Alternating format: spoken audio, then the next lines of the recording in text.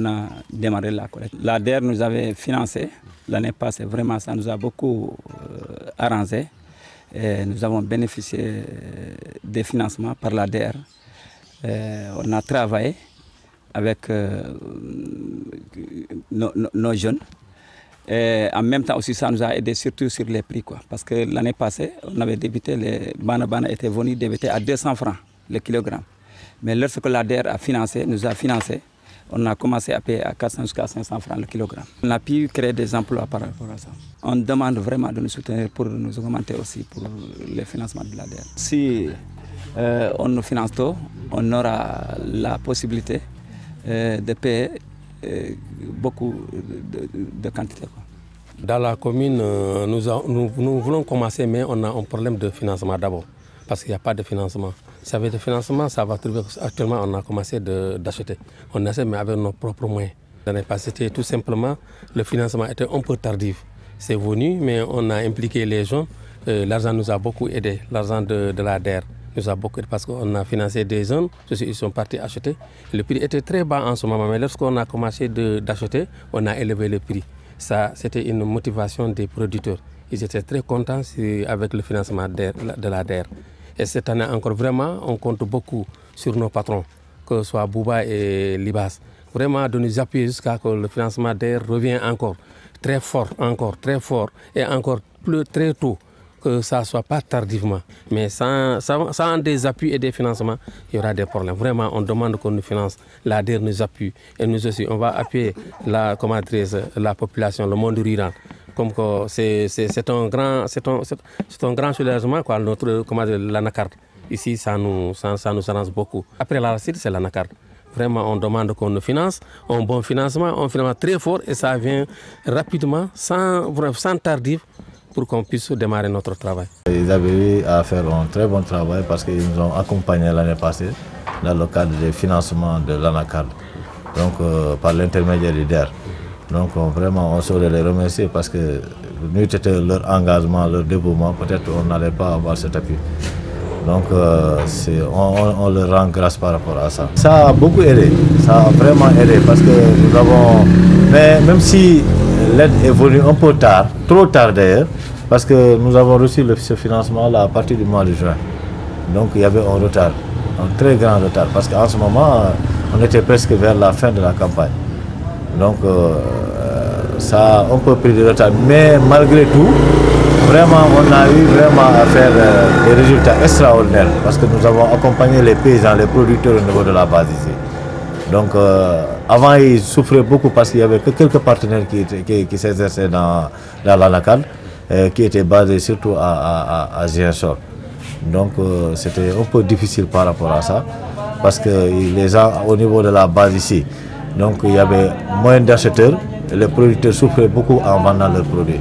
Donc vraiment c'était une aide vraiment qui était venue à son point nommé, parce que vraiment tout le monde était content au niveau de la base, les paysans, tout le monde vraiment, les producteurs, et ça a donné des résultats extraordinaires vraiment. Ce que nous demandons au niveau de l'État, c'est de nous appuyer davantage, parce que l'enveloppe elle était très petite par rapport vraiment à ce que nous devions faire comme résultat. Donc et aussi que cette enveloppe aussi vient en point nommé. Donc il y a ça aussi, quoi. En tant que président des commerçants à l'approche de la campagne, d'aller faire une tournée pour voir l'état d'abord des collectes des noix d'acajou, mais surtout aussi de rencontrer les acteurs qui évoluent dans le secteur. Nous avons constaté qu'il y a fort espoir sur la production. La qualité des noix semble être bonne et on espère avoir une grande quantité. Par contre, les spécialités pour cette année, c'est la doléance des acteurs ruraux, que ce soit producteurs ou commerçants, qu'on a trouvé sur place et vous avez interviewé, qui l'année dernière, nous mettons l'intervention de l'ADER, il n'y aurait pas de campagne ou il n'y aurait pas de bon prix. Vu les effets de la Covid-19, les partenaires n'avaient pas la possibilité de venir. Et nous avons sollicité l'intervention de la délégation à l'entrepreneuriat rapide, qui est venue certainement, effectivement est venue tardivement, mais nous a accordé une enveloppe de 10 milliards, dont la région de Kolda a bénéficié minimum 2 milliards répartis entre transformateurs, producteurs et petits collecteurs et exportateurs. Eux, ils disent que ces financements les ont bien servis parce qu'avant l'arrivée de ces financements, les prix étaient à 250-300 francs. Après l'optation, ils ont eu à accroître les prix jusqu'à 500 francs, ce qui est un avantage pour les producteurs, mais aussi ce qui est un avantage pour les collecteurs qui étaient sur place, parce qu'ils ont eu à créer des emplois, qui ont eu à financer encore d'autres jeunes, qui ont eu à tourner avec 5 montants jusqu'à écouler tout le produit qui a été collecté dans la région de Kolda. Louange à Allah. Sur ce, 27 entreprises de collecteurs et producteurs ont été financées pour un montant de 162 millions et 2 unités de transformation pour un montant de 100 millions et les autres exportateurs pour un montant de 1 milliard 500 millions, ce qui avoisine pratiquement les 2 milliards que je disais, et pour un nombre d'emplois minimum, je pense, de 300 personnes. Alors on dira que la DER a bien accompagné la filière anacarde dans la région de Kolda, et c'est de la même manière qu'elle l'a fait pour toute la Casamance, que ce soit à Sédhiou, à Ziguinchor. Alors cette année, ils attendent qu'on renouvelle l'enveloppe, mais qu'on le rehausse, et que aussi que les enveloppes puissent venir à temps. Ça leur permettrait de ne pas bazarder leurs produits, mais de pouvoir faire beaucoup de rotation, davantage, et d'employer beaucoup plus de jeunes. Nous l'espérons parce qu'après avoir saisi la délégation à l'entrepreneuriat rapide, ils nous ont promis de rehausser l'enveloppe jusqu'à 15 milliards, soit 50% de plus que l'enveloppe qui a été accordée l'année dernière. Nous les attendons et nous pensons qu'on va augmenter d'abord le nombre de bénéficiaires. On verra aussi à ce que le montant accordé à chaque bénéficiaire soit augmenté, mais aussi que le nombre d'emplois créés soit beaucoup plus important, et que les producteurs aussi puissent avoir le plus important pour qu'au moins qu'ils ne puissent pas bazarder leurs produits. Étant donné qu'à côté, il y a un autre système du ministère du Commerce qui est le système de récépissé d'entrepôt, qui les permet de déposer leurs produits et de les gager le récépissé au niveau des banques et d'être payé à 80% et au mois de la vente, de les vendre le produit au prix qu'ils souhaitent, au prix du marché actuel.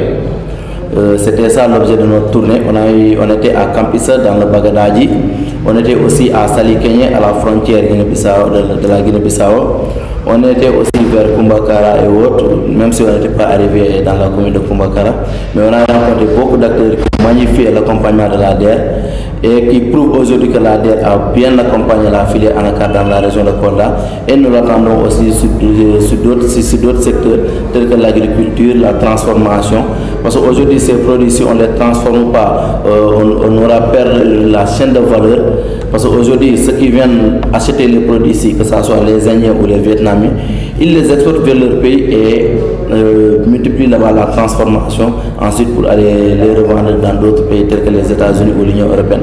Ces mêmes unités, on peut les installer ici, créer beaucoup plus d'emplois, parce que le président national le disait tantôt. Pour une unité de transformation moderne, tout simplement, ça nécessite minimum 200 jeunes. 200 jeunes qui peuvent travailler là-bas. Imaginez aujourd'hui si on avait 5 unités de transformation dans la région, ce qui veut dire qu'on a minimum 1000 jeunes employés permanemment pendant 12 mois. C'est par là que nous lançons un appel à la délégation à l'entrepreneuriat rapide de penser à ça, mais aussi de mettre sur place les magasins de stockage qu'ils avaient promis et que les devis ont été déjà validés et qu'ils nous ont promis aussi qu'ils seront installés pour cette année 2021. Permettez-moi de remercier la DER et de remercier aussi certains établissements financiers, à savoir la Banque agricole, la BNDE, le PAMECAS et le Crédit Mutuel, qui nous ont vraiment accompagnés pour la campagne 2019-2020. Donc aujourd'hui, il était question de voir vraiment est-ce qu'il y a une nécessité de reprendre ces financements-là. Et le constat, vous l'avez fait vous-même.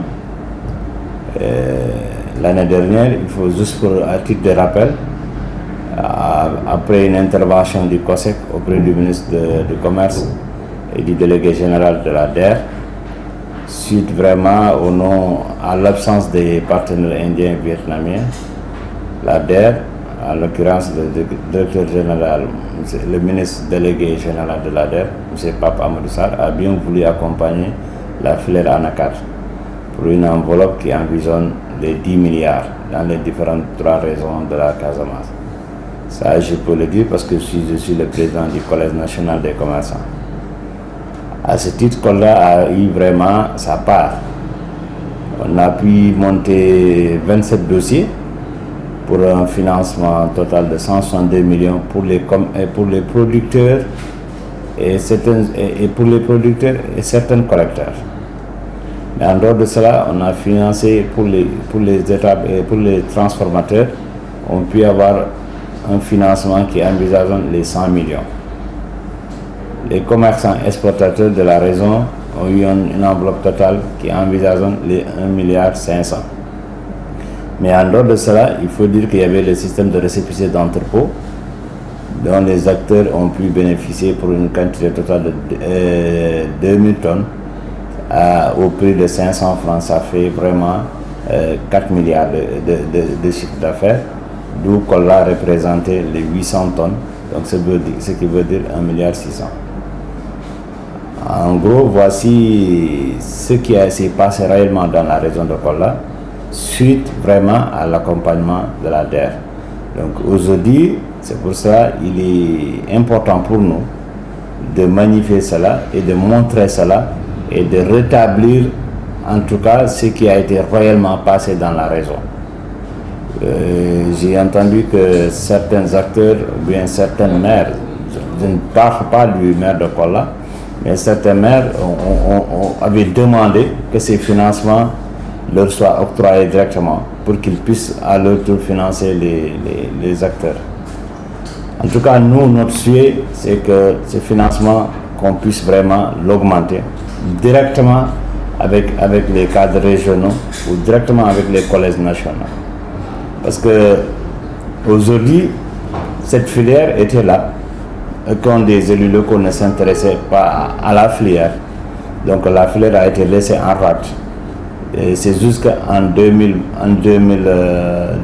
que l'État du Sénégal essaie vraiment accompagner, suite depuis l'interdiction de l'exportation par voie terrestre en 2018, que l'État du Sénégal a commencé à accompagner la filière ANACAR. Mais avoir certains financements et certaines participations, je vous le rassure, c'est avec la DER. Ce qui veut dire, l'année dernière, s'il n'y avait pas ce financement de la DER, la situation allait être catastrophique. C'est pour cela qu'on vous avait demandé, lorsque vous avez voulu vraiment savoir qu'est-ce qui s'est réellement passé, on vous a demandé d'aller chez les producteurs et de les voir. Donc, ils ont eu ces financements, certes un peu tardifs, parce que certains sont passés par certaines institutions financières qu'on va essayer de voir comment corriger.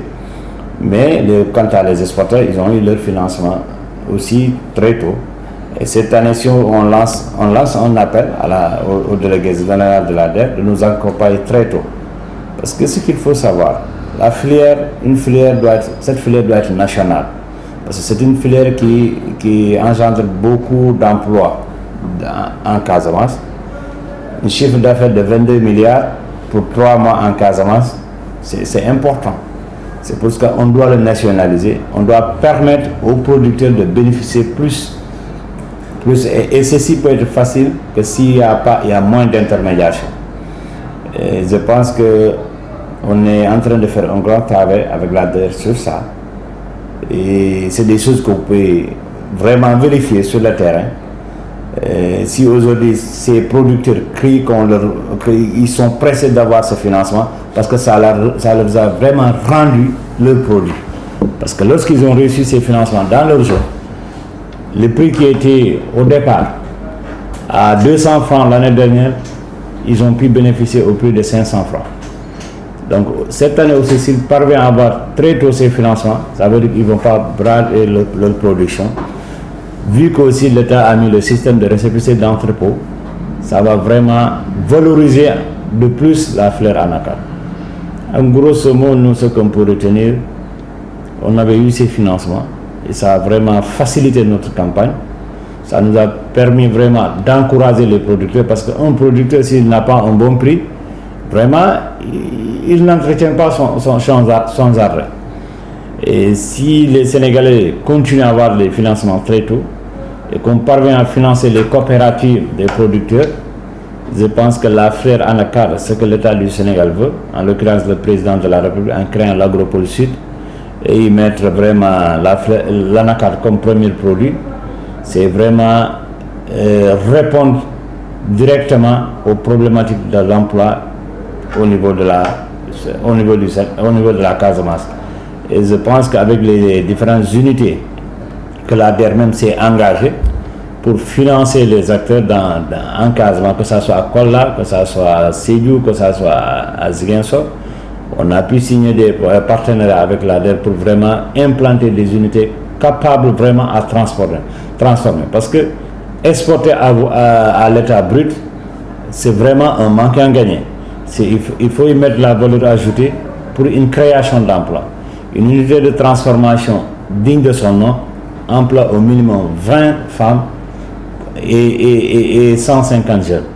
Donc je crois que voici, ce sont des questions dont nous, pour cette campagne, on se prépare avec nos partenaires financiers de différentes banques, mais aussi avec l'ADER pour vraiment répondre à ces problématiques d'emploi dans la Casamance. Et de façon générale, au niveau du Sénégal, dans les différentes zones, à savoir les Niayes et à savoir dans le Sine Saloum. Mais aussi, l'ADER était là tout récemment pour aussi annoncer 6 magasins de stockage qui posaient vraiment problème, qui vont vraiment bientôt démarrer parce qu'on a déjà trouvé des terrains, on a déjà trouvé les lieux où vraiment on va implanter ces différents magasins. Ça aussi, ça facilitera vraiment le stockage. Pour vous dire, et pour répondre facilement à votre question, ces accompagnements-là ont été vraiment bénéfiques et nous souhaitons vraiment que dans les jours à venir, le délégué général, comme on le connaît, va revenir pour vraiment refinancer les cadres régionaux, mais refinancer les commerçants pour que vraiment, eux aussi, à leur tour, puissent faire des contrats avec les différentes coopératives et acheter les produits à un niveau élevé. Si vous voyez, pour une première, 27 personnes ont été financées. Et ça veut dire que cette année-ci, le remboursement est parti à... En tout cas, aujourd'hui à Kola, nous sommes à un niveau de remboursement de 70%. Donc, si au niveau des producteurs et collecteurs, et au niveau des commerçants, nous sommes à un taux de remboursement de 90%. Donc, ça veut dire que vraiment, comme vraiment les gens sont engagés pour rembourser, c'est sûr que le nombre de bénéficiaires va vraiment s'augmenter pour cette campagne. Parce que déjà l'enveloppe qui était autour de 10 milliards, en tout cas le partenariat qu'on a eu avec l'ADER et ce qu'on a pu négocier avec eux, l'enveloppe sera à 15 milliards pour ces trois raisons. Donc ça veut dire, c'est clair qu'il y aura beaucoup de bénéficiaires. Et ça permet vraiment de créer beaucoup d'usines. Et ça nous permet aussi de créer beaucoup de sociétés. Ces différentes sociétés, chacun peut utiliser au minimum 10 ou à 15 jeunes. Vous voyez combien ça va vraiment impacter, en tout cas au niveau de l'emploi des jeunes.